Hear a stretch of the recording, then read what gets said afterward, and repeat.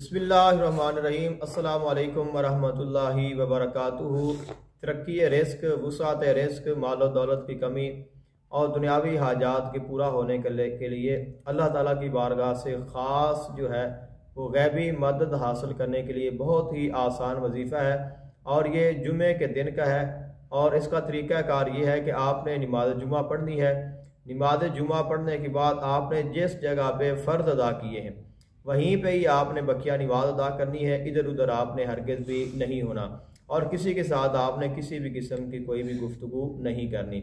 और उसके बाद आपने अव्वल और आखिर 11-11 मरतबा दुरूद पाक पढ़ना है और दरमियान में आपने बिस्मिल्लाहिर्रहमानिर्रहीम अल मुअती हुवल्लाह, बिस्मिल्लाहिर्रहमानिर्रहीम अल मुअती हुवल्लाह, हुवल्लाहु भी पढ़ सकते हैं, हुवल्लाह भी पढ़ सकते हैं।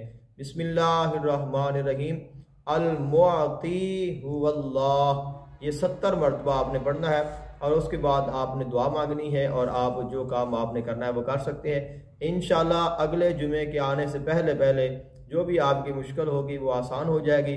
अगर आप बेरोज़गार हैं तो आपको कोई ना कोई अच्छा रोज़गार मिल जाएगा।